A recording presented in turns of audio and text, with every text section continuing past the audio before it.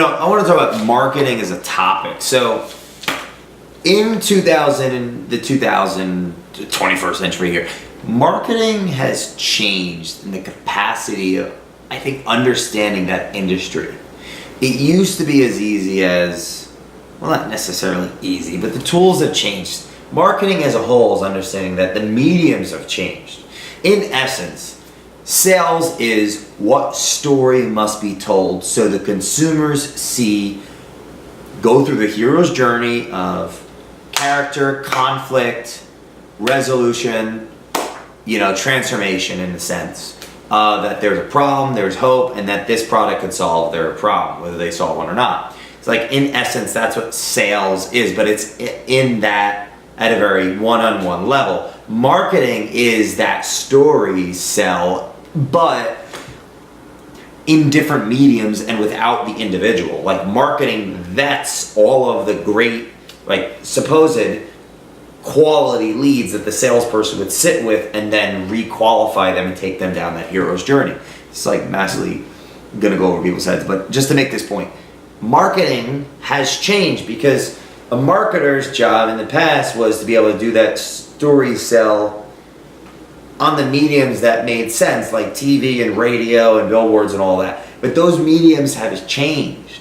So there's a lot of tools, understanding the mediums, understanding that each tool or each medium has a different audience, understanding where the audience is, and then understanding how to tell that, use the hero's journey in what capacity necessary, length of time, how to actually translate it, in what form necessary so that the audience is interested. And I think that marketing has been shaken so much, and that marketing and branding and sales or at least marketing and branding could be lumped up into one thing in the past. Sales is always, one-on-one, the ability to communicate, and, most people don't even fundamentally understand the hero's journey at all, or how we buy through our limbic system or any of that, because that's new knowledge in the last 20 years, especially mainstream knowledge. But marketing and branding used to get lumped up into one thing, and I feel like it's massively different now, because marketing, the fundamentals of it is understanding where consumers' attention is depending on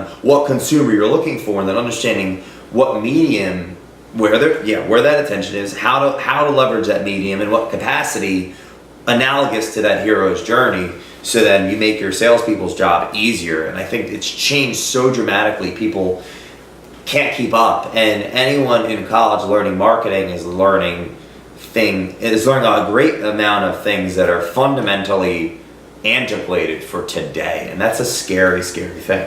Understanding that brand is the belief consumers have in X, and that's going to build over the longevity of time. There's things you can do to create those cognitive biases. Great. Understanding that marketing is where is the customer's or the consumer's attention, and how do we use storytell to make them want to be customers. And sales is fundamentally, how do we take the questions that we need to ask and put that in a syntax with story, with the hero's journey, so that people would actually want to buy versus them feeling sold. And it's so much has changed so quickly that people just can't keep up.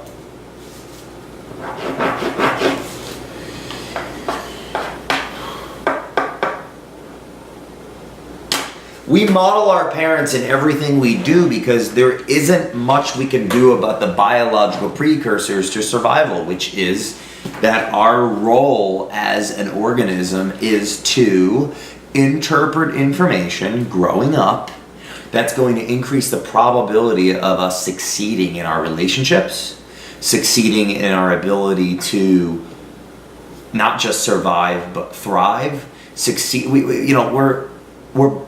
We're buckets growing up, and we'll anything that is put in front of us will go in our bucket. So we model our parents whether we resent them or not, whether we agree with them or not, whether we come to an understanding of our neurology and our psychology or not. We model our parents. So I think a lot of freedom within yourself will come from you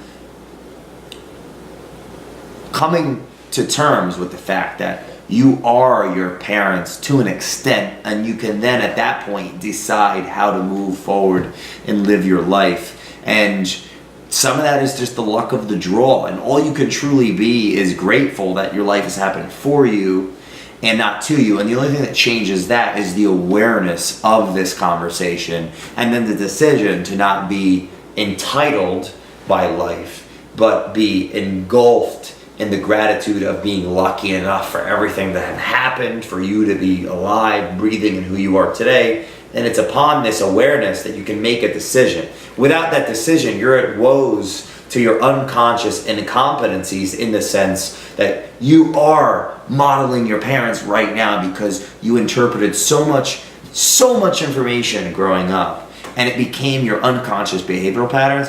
You're not going to change those unconscious behavioral patterns until you become conscious of your unconscious.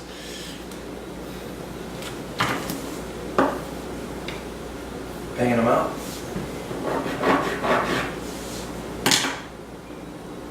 Corporations have a responsibility. The one responsibility they have is to provide an ethos of commonality, of vision, something people can strive for, something people can form agreement with each other about, something people can say, I'm in this with you. They have a responsibility to do that. Why? Because what else do they have to do? They're not providing the desk space like they used to, or the tools and the paper and all that. No, a human that works for a company generally has everything they need on their phone. So they need two things from a company: to feel a part of something greater than themselves, which is going to come from the leadership, orating that, providing the transcribed goals and vision of that and values, and also training them on the competencies that the leadership believes, knows, and does. That's why they're the leadership. So that the model citizen or the model employee can also believe, understand, and do those competencies. The business starts with a leader being able to solve a problem that a follower has no idea that exists, because the company doesn't even exist yet until the leader does it enough to create this ethos of belief and indoctrinate the skill sets of new believers or employees into those belief systems to be able to model their behavior. The parent is the idea. The parents are the leadership, and the children are the employees, and the parents must indoctrinate the kids into their belief system, their family values, and teach them how to act in the world. And if the business isn't doing that, then the business should go out of business, because it isn't a business, and the leaders are a bunch of slimy, disgusting children.